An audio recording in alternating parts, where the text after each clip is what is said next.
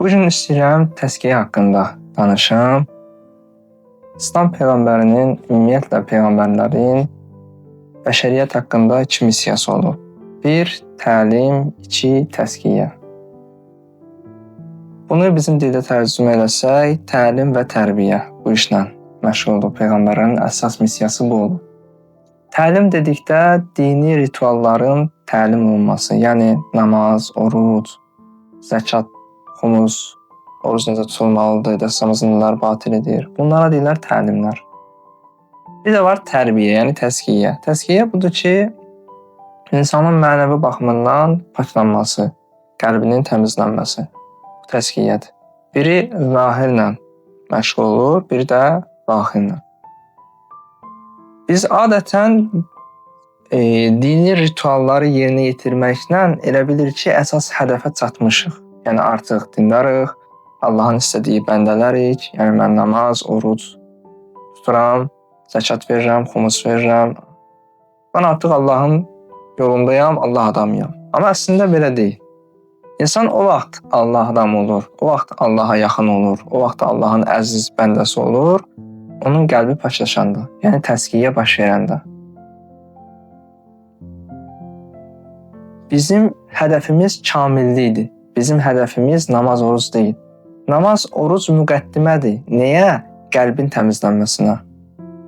Qəlbin təmizlənməsi üçün mütləq şəkildə namaz olmalıdır. Bəzən deyirlər, əsas qəlbin təmiz olsun, başqa işlə məşğul olmaq. Xeyr. Qəlbin təmiz olması üçün mütləq şəkildə müqəddimə qurulmalıdır. Müqəddimə nə? Yəni namaz qılmalıyam, oruc tutmalıyam. Ondan sonra əsas hədəfim nədir? Kamala doğru, yəni qəlbimin təmizlənməyidir. Bütün peyğəmbərlər, Allahın vəliləri, imamlar, Allah dostları, hamısı bu işlə məşğul olurlar.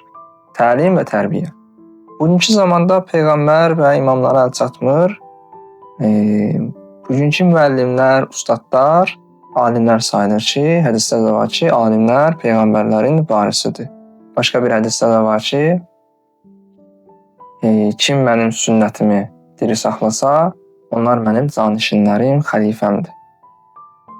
Alimlər də bu missiyanı öz öhdəliyinə götürüblər və insanların təlim və tərbiyəsi ilə məşğuldurlar. Bu təzkiyə nədir? Bunun nə anlama gəlir təzkiyə? Təzkiyə sözü ərəb dilində tərcüməsi çiçəklənmə, kamilləşmə, inkişaf etmə mənasını verir. Ərəb sözüdür, ərəb mənşəli sözdür. Hətta Şəms surəsində də var ki, öz nəfsini təmizləyən kimsə mütləq nicat tapdı. Əks təqdirdə, yəni öz nəfsini bulaşdıransa, zəlil bədbəxt oldu. Təzkiyə, yəni nəfsin təmizlənməsi, əksi nəfsi bulaşdırmaq, çirkaba bulaşdırmaq deməkdir. Təsəvvür eləyin, bir bağ var, o bağda gözəl bitkilər, ağaclar var. O ağac, o bitkilərə gələk qulluq eləyəsən ki, inkişaf eləyə, bar verə, meyvə gətirə. Və zərərli bakteriyalardan, mikroblardan onu qorumaq lazımdır ki, istədiyimiz o kamil nəticə alsın. Burada 2 məqam var. Birinci məqam budur ki, insanı o bağla, bağda olan o ağacla fərqləndirən xüsusiyyət var.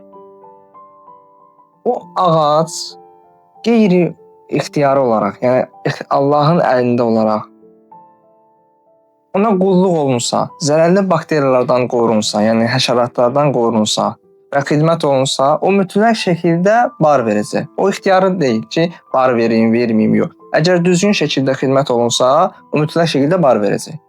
Amma insan tərbiyəsi belə deyil. İnsanı məcbur tutub behiştə apara bilmərsən. İnsana məcbur şəkildə hidayət edə bilmərsən. Yalnız insan özü bu yolu seçmək istəsən. Ki, mən hidayət olmaq istəyirəm, mən artıq Allah yolunda olmaq istəyirəm, mən qəlbimi, nəfsimi təmizləmək istəyirəm. Onda gərək o insan böyük məqama çata bilər. Əgər özü istəməyənə qədər, nə qədər məcbur eləsək, faydası yoxdur. Hətta Quranda ayə var ki, Allah Taala peyğəmbərlə münacatda belə buyurur ki, sən istədiyin hər kəsə hidayət edə bilmərsən. Hidayət mənim əlimdədir. Mən də onlara layiq olanları çəkəcəm öz yerimə, yəni hidayət edəcəm. Yəni biz kimlərisə məcbur şəkildə hidayət edə bilmərik. Ağac kimi xidmət elə, əziyyət çək və bəhrəsini gör, belə deyil. Bəzi olur insanlar əziyyət çəkirsən, görsən faydası yoxdur. Elə bilsən divara daşa görmüsən. Niyə? Çünki o istəmir. Çünki o azaddır. Hidayət də ola bilər, hidayət olmaya da bilər. Amma ağac belə deyil. Ağac mütləq şəkildə xidmət elə, bar verəcək. Bu birinci xüsusiyyət. İkinci xüsusiyyət budur ki,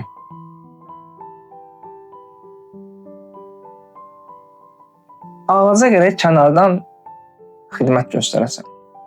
Zərərli həşəratlardan qoruyasan və xidmət eləyəsən, suyun vaxtında verəsən, dərmanı yaxşı vurasan ki, o bəhrə versin.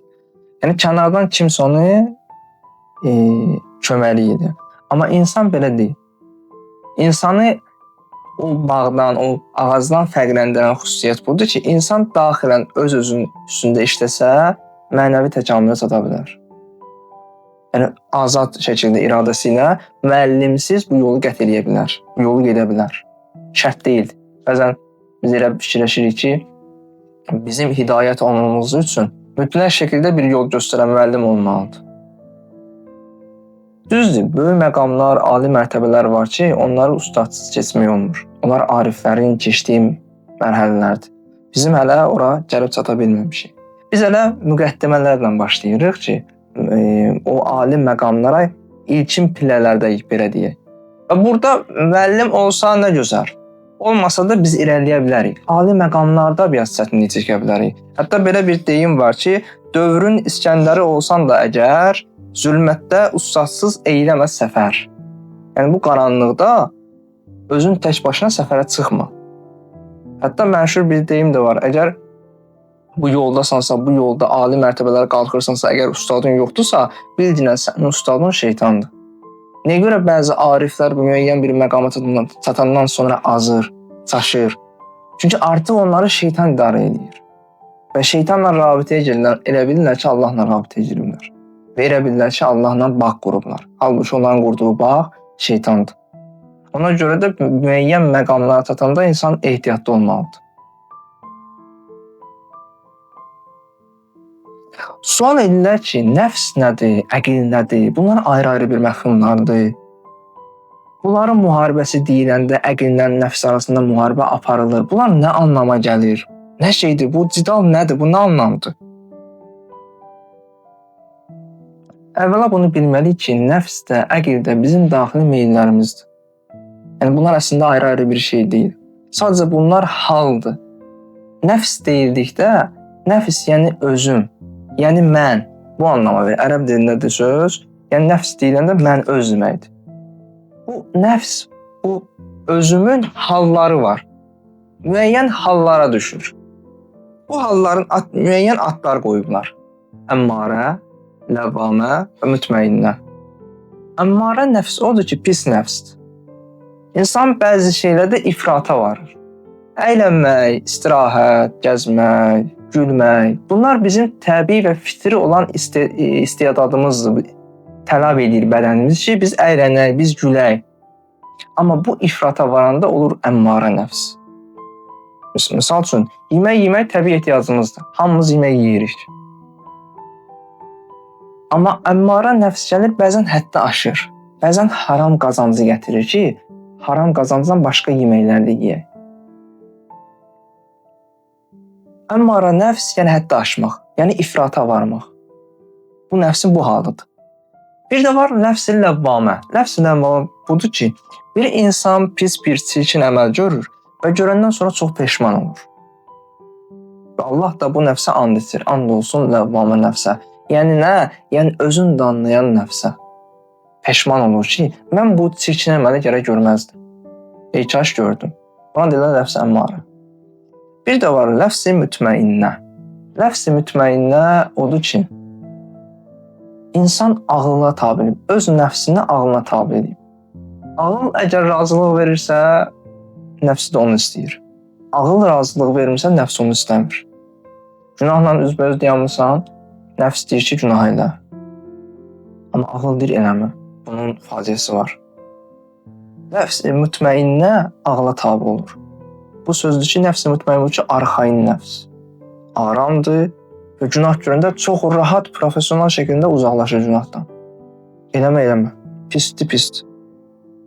Bu nəfsi mütmainnədir. Aram olmuş nəfs. Daha çox Allah dostlarında bu məsumlarda və Allah dostlarında bu xüsusiyyət, bu sifət var.